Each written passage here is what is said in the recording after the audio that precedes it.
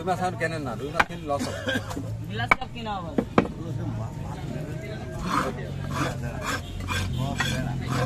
রুই মাছ কিনা হবে।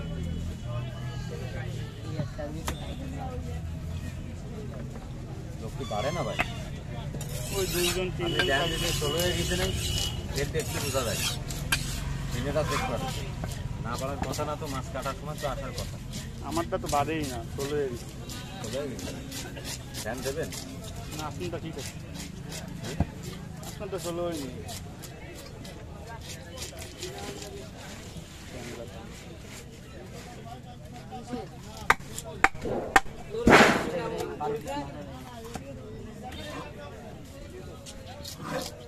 কেজি মাছ যদি 11-12 পিস হয় লস হয়, আর আপনার যদি 1 কেজি 300-400 গ্রাম যদি 8 কেজি ওই 8 পিস হয় তাহলে লস হয়।